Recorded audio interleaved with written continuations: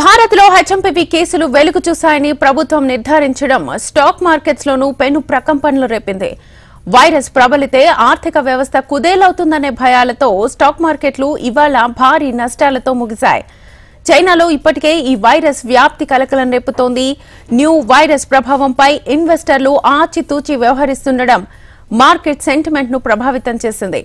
అన్ని రంగాల షేర్లలో అమ్మకాల ఒత్తిడి నెలకొంది. దీంతో సెన్సెక్స్ 1258 పాయింట్ల నష్టంతో 77,964 పాయింట్ల వద్ద క్లోజ్ అవగా 388 పాయింట్లు కోల్పోయిన నిఫ్టీ 23,616 పాయింట్ల వద్ద ముగిసింది.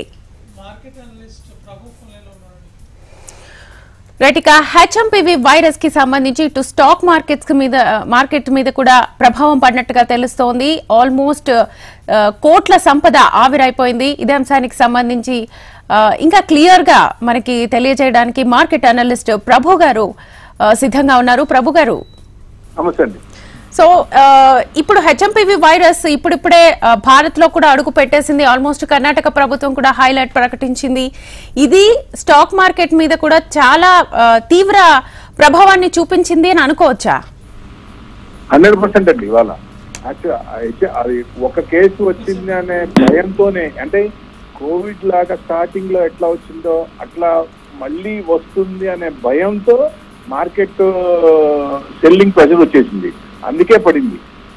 జనరల్ గా ఏంటంటే ఏదైనా కానీ ఏదో వస్తుంది అనుకున్నప్పుడు మార్కెట్ పడుతుంది. మీరు వచ్చిన తర్వాత కూడా మామూలు జనరల్ గా కోవిడ్ లో కూడా బాగా పెరిగింది కదా. తర్వాత స్టార్టింగ్ లో మటుకు ఫియర్ ఉంటుంది, కానీ ఫియర్ ఫ్యాక్టర్ ఎక్కువ ఉంటుంది కాబట్టి మార్కెట్ లో ఎక్కువ మంది ఇక్కడ నుంచి ఎగ్జిట్ అయితే బాగుంటుంది అనే ఉద్దేశంతో ఎగ్జిట్ అవుతుంటారు జనరల్ గా. ఎందుకంటే ఏదైనా ఉపద్రవం వచ్చిందంటే 100 years తర్వాత వచ్చింది అది కరోనా కూడా. సో నెక్స్ట్ ఏదన్నా వస్తే అంత విపరీతంగా ఏం రాదు. మరి కరోనా టైప్ లో మళ్ళీ ఇమీడియట్ గా ఒకసారి వచ్చింది మళ్ళీ రాదు. It will take a longer time. మనకు అంతకుముందు ఎప్పుడు 100 years ముందు అట్లా వచ్చింది, తర్వాత కరోనా వచ్చింది. కరోనా తర్వాత మళ్ళీ అంత విధంగా రాదనే ఉద్దేశం. కాకపోతే ఇన్వెస్టర్స్ ఏంటంటే ఇట్స్ న్యూస్ డ్రివెన్ మార్కెట్ కాబట్టి నెగిటివ్ న్యూస్ ఉన్నప్పుడు మార్కెట్ ఎక్కువ రియాక్ట్ అవుతూ ఉంటుంది. దానివల్లే పడింది. ఎందుకంటే మార్నింగ్ 24,000 దగ్గర సపోర్ట్ బాగా తీసుకుంది. కానీ బ్యాంక్ నిఫ్టీ స్టాక్స్ నిన్న బ్యాంక్ నిఫ్టీ వాళ్ళ రిపోర్ట్ ప్రకారం ఎన్పిఏ కానీ అవి ఎక్కువ ఉన్నాయి, ప్లస్ డిపాజిట్స్ ఎన్ని తగ్గుతున్నాయి ఉద్దేశం ఒక డిక్లరేషన్ ఇచ్చారు. బ్యాంక్ నుంచి ఒక రిపోర్ట్ వచ్చింది. దానివల్ల బ్యాంక్స్ ఎక్కువ లాగింది కిందకి. దాని తర్వాత ఈ న్యూస్ తో యాడ్ ఆన్ అయింది ఎక్కువ, దానివల్ల ఎక్కువ పడిందండి ఇవాళ. That's the main cause. Okay, ఇప్పుడు ఈ న్యూ వైరస్ మీరు అన్నట్లుగా స్టాక్ మార్కెట్స్ మీద తీవ్ర ప్రభావాన్ని అయితే చూపించింది. ఇంతకుముందు కోవిడ్ టైంలో కూడా అసలు ఎలా ఉండేది పరిస్థితి? అంటే మనం ఫస్ట్ లాక్డౌన్ లో చూసాము, మీరు అన్నట్లుగా ఫియర్ ఫ్యాక్టర్ ఎక్కువగా ఉంది. బట్ సెకండ్ లాక్డౌన్ లో పరిస్థితి చేయి దాటిపోయింది. సో అలా ఇప్పుడు కూడా ఫియర్ ఫ్యాక్టర్ అనుకోవచ్చా, లేకపోతే ఫ్యూచర్ లో ఇంకా ప్రభావం పడే అవకాశం ఉందనుకోవచ్చా? దానికి దీనికి కంపారిజన్ చేయాలంటే ఏం చేస్తారు?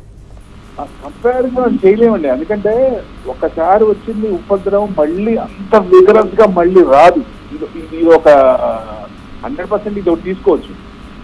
ఇమీడియట్ గా అంత ఇది మరి ఏం ప్రబలదని ఉద్దేశం. కాకపోతే జనానికి భయం ఉంటుంది కాబట్టి, ఇన్వెస్టర్స్ భయం ఉంటుంది కాబట్టి, మీరు కోవిడ్ లో కూడా కోవిడ్ స్టార్టింగ్ లో పడింది మార్కెట్. కోవిడ్ వచ్చి ఇంకా అంటే ఫస్ట్ దాంట్లో ఆఫ్ నుంచి దాదాపుగా మార్కెట్ పెరిగిందంత తర్వాతే కదా, విపరీతంగా పెరిగింది కదా. అందరూ లాక్డౌన్ నుండి ఇంట్లో ఉండి ఇన్వెస్ట్మెంట్ చేస్తూ మనీ అంతా ట్రాన్స్ఫర్ చేసి అలా పెరిగింది. ఏది అయినా ఇప్పుడు సపోజ్ యుద్ధమైనా చూసుకోండి, మన కార్గిల్ వార్ కానీ ఏదన్నా యుద్ధం వస్తుంది అనుకున్నప్పుడు మార్కెట్ న్యూస్ డ్రివెన్ కాబట్టి అప్పుడు పడుతుంది. నెగిటివ్ న్యూస్ అయితే రియాక్ట్ అవుతుంది. సో యుద్ధం వచ్చిన తర్వాత మార్కెట్ పెరిగింది. అట్లనే ఇప్పుడు ఇది రాకూడదని కోరుకుందాం. 100% చాలా మంది చాలా రకాలుగా అన్ని విధాలుగా ఇబ్బంది పడ్డాం. మళ్ళీ ఇంత రాకుండా ఉంటేనే మంచిది. జనరల్ గా వస్తే కొంచెం మళ్ళీ ఎక్కువ మంది ఇబ్బంది పడతారు కాబట్టి అది రాకూడదని అనుకుందాం. ఒకవేళ వచ్చింది అనుకోండి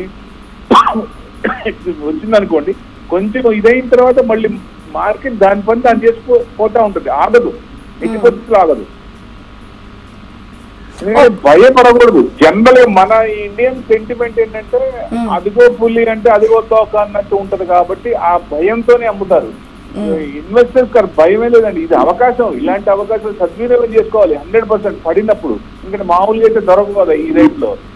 మార్నింగ్ ఆ లెవెల్లో ఉన్న ఈ 24,000 సపోర్ట్ తీసుకున్నది అనుకున్నారు, బాగానే ఉంది.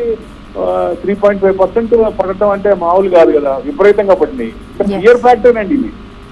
Okay okay okay sir, thank you so much. కేసులు పెరగకూడదు అంతే అండి. Okay sir, thank you.